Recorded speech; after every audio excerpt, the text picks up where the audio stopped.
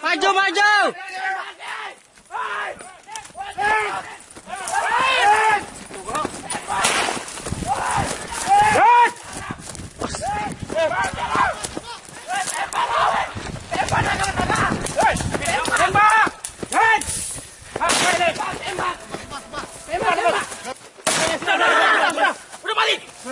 Nah, kalau sudah. Potong ini, potong. Udah. Potong pisau. Potong ini putus deh. Selamatkan terus. Rumah sakit. Mobil. Evakuasi. Bawa motor aja, atur bawa motor. Ini masih hidup. Hah? Masih hidup ya? Tembak kepalanya sekali, Bang. Udah. Tembak kepalanya sudah. Udah darah kepalanya. Enggak, aku tambah. Pecah sini. Jangan. Bawa ini pakai motor siapa ini di sini? Ini korban. Korban ini motor. Enggak, motor bekas pinjam motor, Bu. Mana kuncinya ini?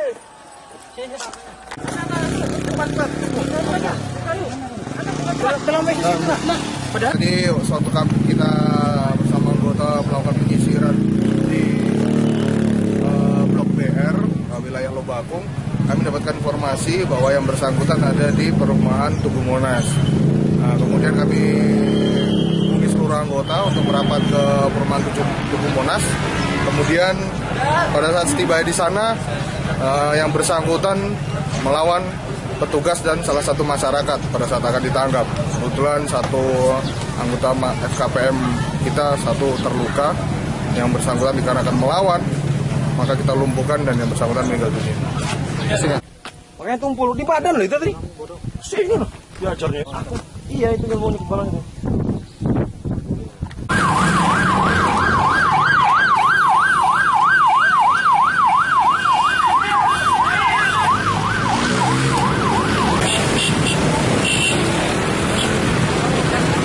Masih lain, hari pertama masuk sekolah, Arya Permana, bocah yang sempat berhenti sekolah akibat tidak bisa berjalan dikarenakan berat badan, kini Arya bisa kembali masuk ke sekolah dengan didampingi oleh kedua orang tua dan teman-temannya. Pemirsa, Arya Permana, bocah 10 tahun yang mengalami obesitas, dengan semangatnya berjalan dari rumah menuju sekolah dasar negeri Cipulasari dengan didampingi oleh kedua orang tuanya dan puluhan teman baiknya. Arya yang sebelumnya sempat terhenti aktivitas belajar di sekolah hingga kelas 4 karena tidak bisa berjalan jauh. Kini Arya bisa kembali beraktivitas belajar dan bermain dengan teman-temannya di sekolah.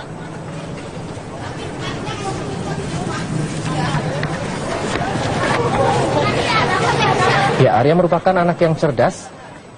Terbukti di sekolahnya, Arya mendapatkan ranking 1 dari kelas 1 hingga kelas 3. Menurut Arya, dirinya sangat senang bisa kembali berkumpul bersama teman-temannya dan bisa menuntut ilmu di sekolah tersebut.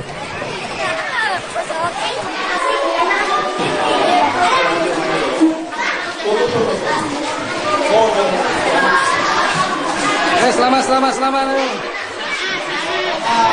Ya, di bawah perawatan 13 dokter di Rumah Sakit Hasan Sadikin Bandung, Arya berhasil menurunkan berat badan 4 kg dalam 5 hari dengan cara berenang, dan hasilnya berat badan Arya kini 186 kg yang sebelumnya 190 kg. Berenang merupakan salah satu program penurunan berat badan Arya Permana, bocah obesitas asal Kecamatan Tegalwaru, Karawang, Jawa Barat. Di bawah perawatan 13 dokter di Rumah Sakit Hasan Sadikin Bandung, Arya berhasil menurunkan berat badan 4 kg dalam 5 hari. Berat badan Arya kini 186 kg. Setelah menjalani perawatan, Arya pun bisa berjalan lebih jauh meskipun napasnya masih terasa sesak. Sebelumnya Dede Arya gimana sebelum dibawa ke Hasan Sadikin itu? Jalan panjang 20 meter, paling jauh. Tapi saat ini? Hampir 50 bisa, tapi agak sesak. Sementara itu, Kepala Dinas Pendidikan Jawa Barat menyiapkan tim khusus untuk memberi materi pelajaran sekolah bagi Arya. Sebanyak 15 pengajar disiagakan mulai dari psikolog, konselor, hingga bidang akademik. Rencananya tim khusus ini akan mendampingi Arya belajar mulai hari ini. Tim Liputan, Metro TV. Tersangka kasus dugaan suap rancangan peraturan daerah reklamasi Muhammad Sanusi bersaksi untuk persidangan Presiden Direktur PT Agung Podomoro Land Tbk Arisman Wijaya dan Trinanda Prihantoro di Pengadilan Tindak Pidana Korupsi hari ini. Sanusi dihadirkan sebagai saksi karena merupakan kelanjutan dari saksi sebelumnya. Jaksa KPK ingin mengkonfrontir pernyataan manajer perizinan Agung Sedayu Group Syaiful Zuhri dengan keterangan bekas Ketua Komisi D DPRD DKI Jakarta tersebut. Dalam sidang sebelumnya, sebuah rekaman perbincangan antara manajer perizinan Agung Sedayu Group Syaiful Zuhri alias Pupung dengan anggota Badan Legislasi Daerah DKI Jakarta Muhammad Sanusi membuka keterkaitan kepentingan perusahaan pengembang itu dengan raperda yang mengatur soal reklamasi di Teluk Jakarta. Dalam rekaman itu terungkap pihak Agung Sedayu meminta Sanusi untuk mempercepat pengesahan raperda.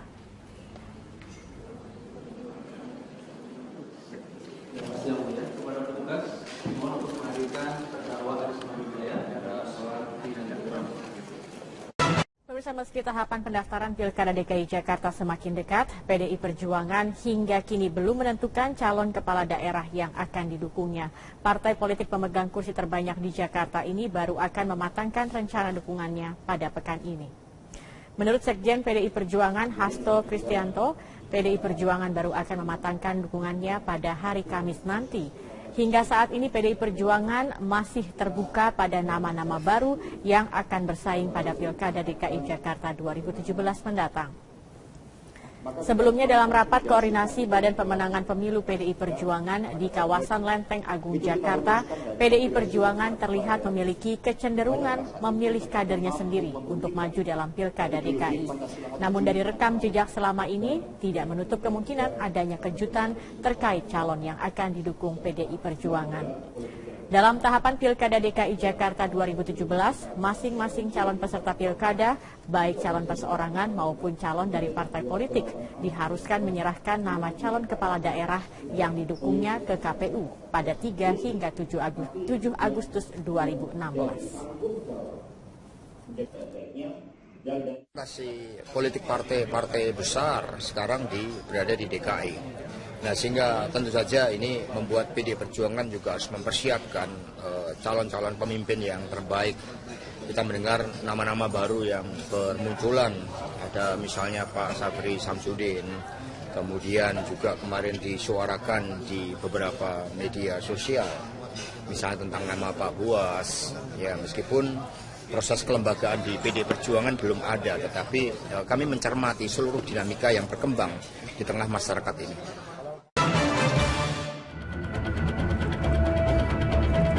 Partai Golkar menjadi parpol ketiga yang menegaskan dukungan kepada Basuki Cahayapurnama untuk berlaga di Pilkada Jakarta tahun depan.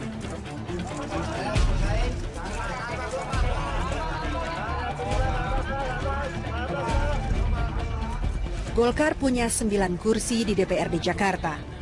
Ditambah Nasdem dan Hanura, 3 parpol ini menghimpun 24 kursi DPRD Jakarta. Syarat yang lebih dari cukup bagi Ahok untuk maju lewat jalur partai politik. Sekarang Ahok punya kelonggaran untuk memilih jalur mana. Sebab teman Ahok telah menghimpun 1 juta lembar KTP berisi dukungan untuk Ahok Herubudi maju lewat jalur independen. Jika memilih lewat jalur independen, Ahok harus melewati verifikasi faktual oleh KPU DKI Jakarta. Jalan yang lebih sulit ketimbang maju lewat jalan parpol. Ulangi, jalan yang lebih sulit ketimbang maju lewat jalur parpol. Ahok tetap nomor 1 di survei. Dalam survei Populi Center yang digelar 10-15 Juni 2016, elektabilitas Ahok mencapai 51,2%, jauh meninggalkan Yusril Iza Mahendra, Sandiaga Uno, Ridwan Kamil atau Tri Risma hari ini. Sejak Januari lalu, Ahok selalu memuncaki survei, mulai dari CSIS, Carta Politika hingga Populi Center. Dengan elektabilitas dan popularitas yang tinggi, Ahok selalu menjadi daya tarik bagi parpol.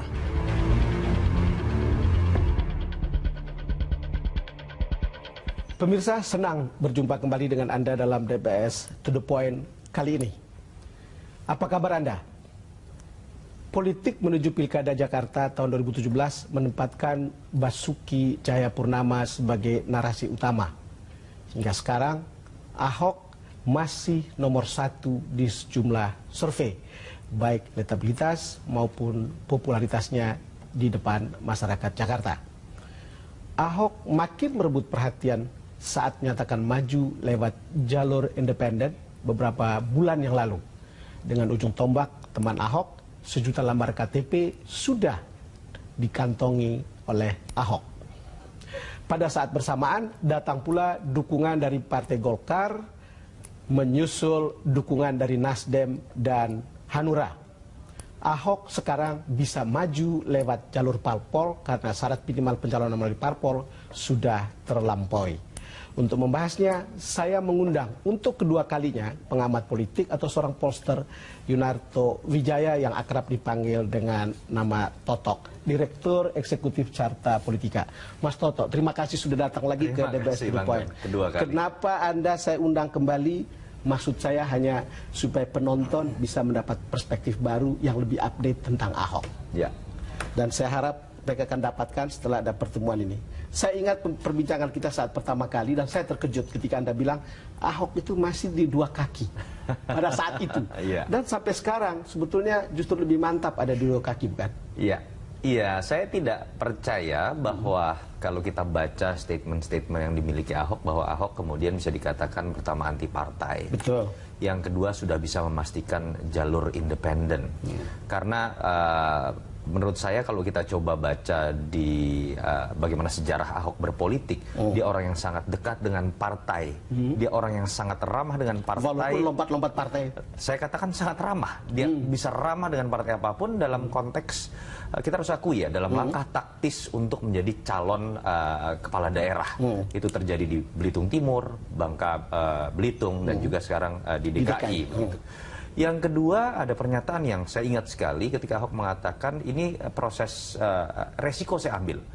Kalau kemudian dalam proses pengumpulan KTP saya tidak berhasil mencapai sampai bulan Juni, dan partai-partai terlanjur marah, resikonya saya tidak bisa maju di 2017. Artinya apa? Ahok sebetulnya tidak kemudian anti partai. Ahok bahkan tetap berharap bahwa ada partai-partai yang bisa kemudian mencalonkan dirinya. Entah dalam konteks sebagai plan B apabila pencalonan independen tidak tercapai dalam konteks prasyarat, atau justru menjadi plan A. Menjadi plan A, bahwa posisinya sama-sama menjadi plan A antara independen dengan partai, tinggal Ahok memilih yang mana yang terbaik. Dan detik ini, kenapa kemudian seakan-akan mantap lebih mantap di 2 kakinya? Karena dua-duanya prasyaratnya sudah terpenuhi. Independen sudah 1 juta, parpol sudah mencapai angka 24 kursi yang sudah memenuhi ambang prasyarat. Mas Toto, coba kita lihat dulu bagaimana statement Ahok. Ini soal hubungan dengan partai tadi ketika dia ikut haul di tempat Ibu Megawati di Teguh Umar. Pak, selain makan ngapain, Pak? Cuma ini doang. Mau gimana? Ayo kasih jalan yuk. Jokowi. Oh gitu. Terus Pak? Pak, bentar. Ahok. Ini temannya Jokowi, orangnya Bu Mega. Saya teringat pada statement Anda bahwa bagaimana lihainya Ahok memelihara hubungan dengan partai. Yang barusan Anda ngomong. Iya. Ahok biar bagaimanapun tetap harus dilihat sebagai seorang politisi. Yang membedakan adalah apa yang dia sudah lakukan sekarang dengan tetap membuka peluang buat jalur independen, padahal elektabilitas sangat kuat. Padahal sudah ada sedan mewah yang katakanlah berupa partai yang siap meminang beliau. Tetapi yang ingin ditunjukkan kan adalah saya tidak anti partai, tetapi dalam konteks hubungan saya dengan partai, saya sediakan standar yang tinggi, tanpa mahar, tanpa transaksi jabatan kepala dinas, dan tanpa embel-embel macam-macam yang dianggap sebagai bentuk politik transaksional. Detik ini kita lihat itu sudah tercapai pada titik tertentu, sehingga kemudian yang tinggal kita lihat adalah Ahok akan memilih. Ya, itu dia. Itu saja. Tetapi ketika dia memilih partai pun dia sudah tunjukkan, saya tidak mengemis, saya tidak transaksi, dan apapun yang saya pilih tetap dilihat dari kondisi seperti ini. Kalau kita bicara bargaining politik, tawar-menawar politik. Ketika hingga Populi Center. Dengan elektabilitas dan popularitas yang tinggi, Ahok selalu menjadi daya tarik bagi parpol.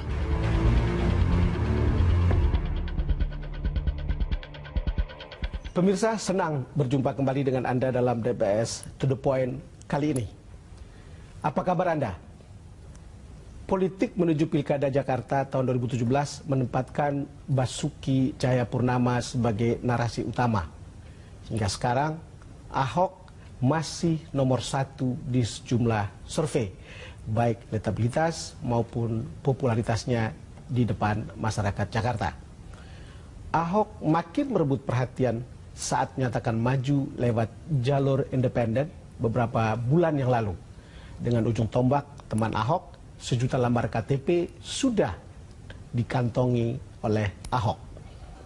Pada saat bersamaan datang pula dukungan dari Partai Golkar, menyusul dukungan dari Nasdem dan Hanura. Ahok sekarang bisa maju lewat jalur parpol karena syarat minimal pencalonan melalui parpol sudah terlampaui.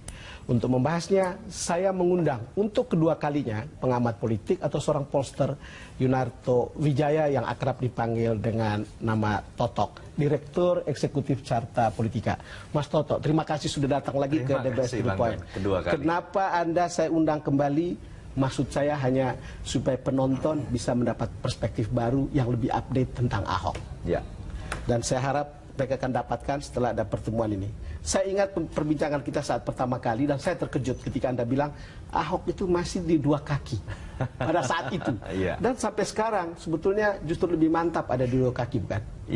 Iya, saya tidak percaya bahwa kalau kita baca statement-statement yang dimiliki Ahok, bahwa Ahok kemudian bisa dikatakan pertama anti partai. Betul. Yang kedua sudah bisa memastikan jalur independen.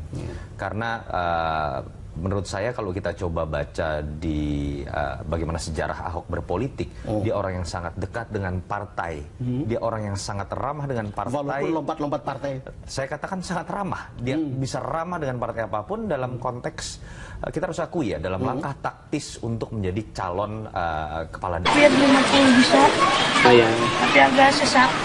Sementara itu, Kepala Dinas Pendidikan Jawa Barat menyiapkan tim khusus untuk memberi materi pelajaran sekolah bagi Arya. Sebanyak 15 pengajar disiagakan mulai dari psikolog, konselor, hingga bidang akademik. Rencananya tim khusus ini akan mendampingi Arya belajar mulai hari ini. Tim Liputan, Metro TV. Tersangka kasus dugaan suap rancangan peraturan daerah reklamasi Muhammad Sanusi bersaksi untuk persidangan Presiden Direktur PT Agung Podomoro Land Tbk Arisman Wijaya dan Trinanda Priyantoro di Pengadilan Tindak Pidana Korupsi hari ini. Sanusi dihadirkan sebagai saksi karena merupakan kelanjutan dari saksi sebelumnya. Jaksa KPK ingin mengkonfrontir pernyataan manajer perizinan Agung Sedayu Group Syaiful Zuhri dengan keterangan bekas Ketua Komisi D DPRD DKI Jakarta tersebut. Dalam sidang sebelumnya, sebuah rekaman perbincangan antara manajer perizinan Agung Sedayu Group Syaiful Zuhri alias Pupung dengan anggota Badan Legislasi Daerah DKI Jakarta Muhammad Sanusi membuka keterkaitan kepentingan perusahaan pengembang itu dengan raperda yang mengatur soal reklamasi di Teluk Jakarta. Dalam rekaman itu terungkap pihak Agung Sedayu meminta Sanusi untuk mempercepat pengesahan raperda.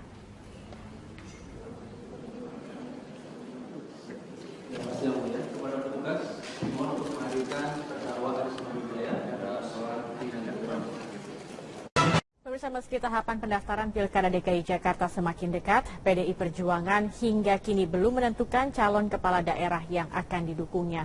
Partai politik pemegang kursi terbanyak di Jakarta ini baru akan mematangkan rencana dukungannya pada pekan ini.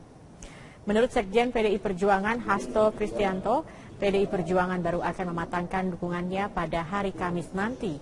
Hingga saat ini PDI Perjuangan masih terbuka pada nama-nama baru yang akan bersaing pada Pilkada DKI Jakarta 2017 mendatang. Sebelumnya dalam rapat koordinasi Badan Pemenangan Pemilu PDI Perjuangan di kawasan Lenteng Agung Jakarta, PDI Perjuangan terlihat memiliki kecenderungan memilih kadernya sendiri untuk maju dalam Pilkada DKI. Namun dari rekam jejak selama ini tidak menutup kemungkinan adanya kejutan terkait calon yang akan didukung PDI Perjuangan. Dalam tahapan Pilkada DKI Jakarta 2017, masing-masing calon peserta pilkada, baik calon perseorangan maupun calon dari partai politik, diharuskan menyerahkan nama calon kepala daerah yang didukungnya ke KPU pada 3 hingga 7 Agustus 2016. Politik partai besar sekarang berada di DKI. Nah, sehingga tentu saja ini membuat PD Perjuangan juga harus mempersiapkan calon-calon pemimpin yang terbaik. Kita mendengar nama-nama baru yang bermunculan. Ada misalnya Pak Sabri Samsudin, kemudian juga kemarin disuarakan di beberapa media sosial, misalnya tentang nama Pak Buas. Ya, meskipun proses kelembagaan di PD Perjuangan belum ada, tetapi kami mencermati seluruh dinamika yang berkembang di tengah masyarakat ini.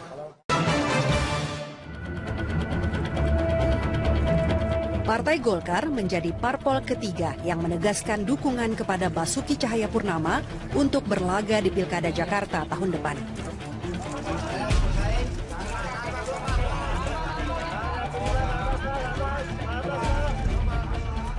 Golkar punya 9 kursi di DPRD Jakarta.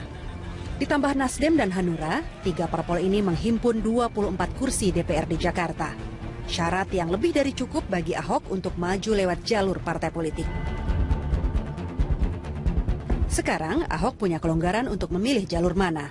Sebab teman Ahok telah menghimpun 1 juta lembar KTP berisi dukungan untuk Ahok Herubudi maju lewat jalur independen. Jika memilih lewat jalur independen, Ahok harus melewati verifikasi faktual oleh KPU DKI Jakarta. Jalan yang lebih sulit ketimbang maju lewat jalan parpol. Ulangi. Jalan yang lebih sulit ketimbang maju lewat jalur parpol. Ahok tetap nomor 1 di survei. Dalam survei Populi Center yang digelar 10-15 Juni 2016, elektabilitas Ahok mencapai 51,2%, jauh meninggalkan Yusril Iza Mahendra, Sandiaga Uno, Ridwan Kamil atau Tri Risma hari ini. Sejak Januari lalu, Ahok selalu memuncaki survei. Mulai dari CSIS, Carta Politik.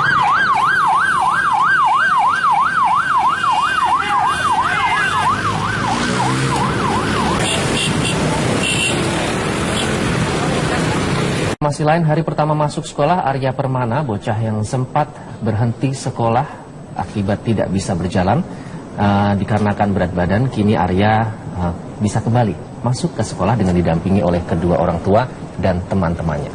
Pemirsa, Arya Permana, bocah 10 tahun yang mengalami obesitas, dengan semangatnya berjalan dari rumah menuju sekolah dasar negeri Cipulasari dengan didampingi oleh kedua orang tuanya dan puluhan teman baiknya.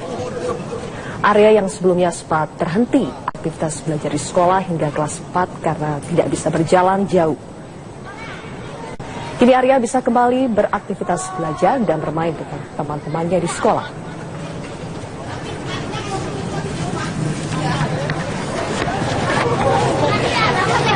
Ya, Arya merupakan anak yang cerdas. Terbukti di sekolahnya, Arya mendapatkan ranking 1 dari kelas 1 hingga kelas 3. Menurut Arya, dirinya sangat senang bisa kembali berkumpul bersama teman-temannya dan bisa menuntut ilmu di sekolah tersebut.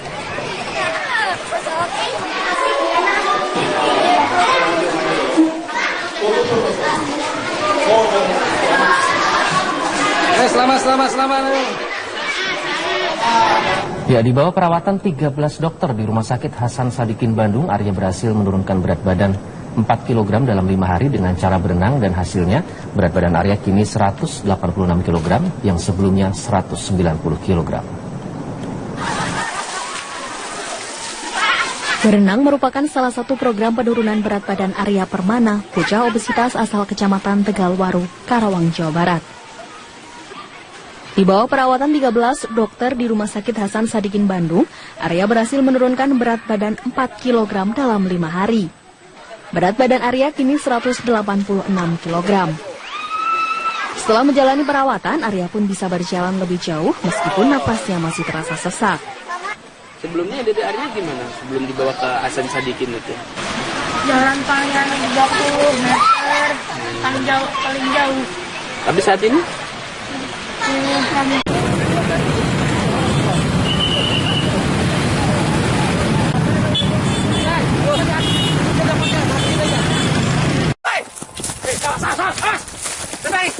Astagfirullah.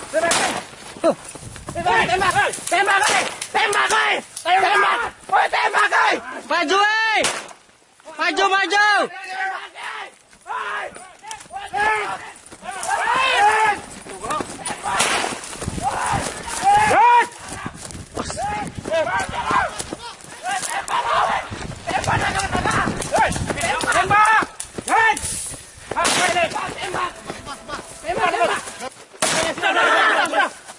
Udah mati. Nah, kalau sudah. Potong ini, potong. Udah. Potong pisau. Potong. Potong ini putus deh. Selamatkan itu, Mas. Rumah sakit. Mobil. Evakuasi. Bawa motor aja, atur bawa motor. Ini masih hidup. Masih hidup ya? Apa kepalanya sekali, Bang? Udah. Tembak kepalanya sudah. Udah darah kepalanya. Enggak, aku tambah. Pecah sini. Bawa ini pakai motor siapa ini sini? Ini korban. Korban ini motor. Enggak, motor bekas pinjam motormu. Mana kuncinya ini?